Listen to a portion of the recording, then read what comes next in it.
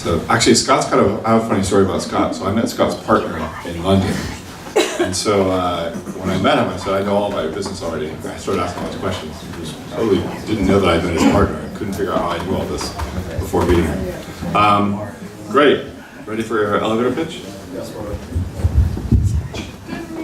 So in simple terms, we help people invest in real estate. So anywhere, anyone, anytime, from any amount. Our dream is to actually solve the wealth gap, and the reason being is that 49% of the world's wealth is held in real estate, and yet only 12.9% of the world's population actually has access to real estate. And so there's a big difference. Of that 12.9%, which basically includes... Can you guys hear me? Yeah. So of that 12.9%, less than 1%, which is every single one of you in this room, less than 1% of people actually retire wealthy at the age of 65. And the reason is that the top 1% are doing something different. They're investing in something different from what the 99% are investing in. So with technology and access to real estate, we literally are allowing and empowering the 99%. And there's clearly a demand for it. We've now moved about $65 million through the platform. We facilitated about $370 million worth of real estate investments. And I think the exciting thing is that there's plenty of platforms out there. You guys have heard of Fundrise, Realty Mogul probably. The difference with us is that we've got investors from 42 countries around the world, members from 105 countries already. And the reason being is that if you go on to Fundrise or Realty Mogul, you cannot invest unless you're an American citizen. Now guys, there's 300 million people in America, and that's very exciting, but there's 6.7 billion other people out there with this rising, emerging middle class that specifically want access. You know, in China alone, there's 400 million middle class people that are all on WeChat that can move $50,000 legally and invest it here in American property. And we basically built the entire thing on blockchain, not because we wanted to do an ICO, but because we had to remove all the friction costs. Our dream was to get investing down to $1 per person. Wow, that's amazing. Well, because the problem is that at the moment we're at $1,000, which means every single one of you can participate and you can invest in Bitcoin if you want to. But the problem is that's not going to solve the person that maybe is the street sweeper. And until we get it down to $1, we're not going to have a purposeful impact on the planet. So the Bitcoin, the blockchain technology was really the enabler to remove the friction costs. I like that. So tell us a little about, you guys are an existing business, now you're a crypto business. Why crypto? Why blockchain? Like, what was the real driver for you? How did you discover the blockchain? What kept you excited to do this on blockchain? Well, the challenge with the real estate industry is it's the oldest and most inefficient industry almost on the planet. You know, there's 16 different middlemen on average between the investor and the investment. And all of us have participated. Can anyone here tell me that they had a great experience and it was really easy anytime you've invested in real estate? Yeah, that's like broken toilets, management, maintenance, hassles, and that's just if you're investing locally. Try go internationally, tax, compliance, structuring bank accounts. So for us, with the current system, we couldn't just digitize the current system. And the blockchain really for us solved two things. One was that it ultimately dropped the friction costs, but the most important thing it did for us was trust.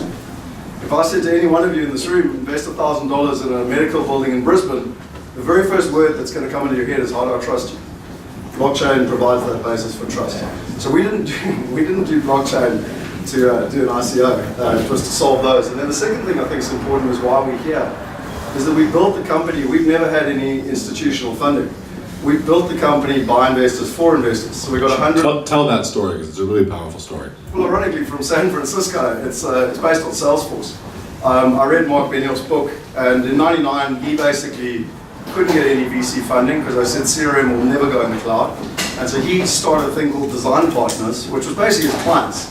And he said, clients, come and invest with me and help me build the user experience. And I think we all know Salesforce company today. We had the same thing. We had our investors coming to us saying, hey, we like this medical building in Atlanta, but how do we invest in the platform? And so we formed our wealth partners. We've got 116 of them from all over the world now. We've raised about $10.5 million. So really, it's in the area of the genre of crowdfunding. And then, you know, a couple of months ago, and I'll be honest with you, it was the 1st of June, I stood on stage and someone said to me, what do you think of an ICO? And I didn't know what the acronym stood for. So, but my point being is the moment we understood it, it became perfectly obvious that that's actually what we were doing anyway. We already had badges, we already had tokens, we already had game theory to empower people through education. And so for me, it was just bringing it all together. That's fantastic. So tell me, there seems to be a lot of real estate plays right now on the blockchain. Tell me, give me a quick competitive landscape, and if there's anything really special you feel about what you're doing that's like super unique. I think that there's two ways I'd answer. The first thing is that you could argue that we are competitors with Proppy or Real or LA Token, and I'm aware of about another 50. That's why I asked the question. Yeah. So I think probably the big difference between us and everyone else is we haven't written a white paper.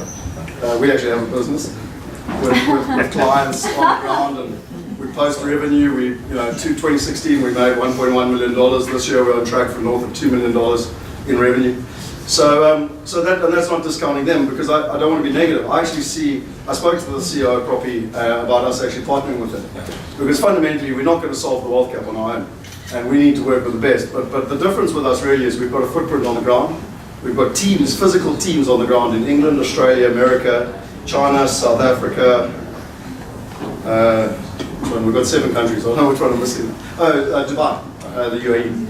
And that's not a friend that I met at university that might open an office one day, like the physical salaried employees on the ground. So I think to some extent it's that. And then the second thing that I think is really important is that in technology, and I really think this is probably the same for everything, is that the fundamentals of business don't change.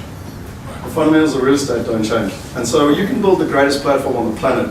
You don't understand how to find a good partner, choose a good country, choose a good city, and buy a good building. I fundamentally believe that we can all build the best tech on the planet. If people lose money, we won't have anything. I think that's fantastic. Okay, sale details, give them to us. Yeah, so guys, I had a bit of fun. I'm ex-Zimbabwean. So you guys talk a lot about fiat currency. This is a $20 trillion note. And the reason we're doing the ICO is that we thought it'd be great to have a cryptocurrency that was based on an asset that every single person on the planet understood. Coming back to the launch, we're looking to actually do the token launch now, the pre-sale on the 15th of November. I did mention this on Tuesday night. We never talk about it in a public environment, but we've built our whole company through our wealth partners, and we believe that the people in this room, like the people on Tuesday night, should be part of that wealth partner community. And we were in the process of raising $3 million, where our current wealth partners, we've already raised over $2 million just for this. But we actually gave them shares and tokens, and they joined our wealth partner community. And so for me, the offering would be, I'd offer the same to the community here. And really the logic behind it is that we really know that the token is going to unlock and have a catalytic impact on the entire ecosystem. But when we get to the top of the mountain, we want them to win both ways. It's the abundance mindset. That's super generous. I think everyone's very appreciative. How do they sign up? So come grab it's basically wealthy.io. We want to make the world wealthy. And in simple terms, come grab a note off me. I've got a couple of the one-page business plans. I think you guys are going to email out everything to everyone. Yeah, we'll follow up on that. That's fantastic. Awesome. And also Scott Mizzy and a couple of the NSL guys are here as well if you want to follow up with them afterwards. Yeah, Randy. Thanks very much. I really appreciate it. Guys, don't forget the $20 trillion note.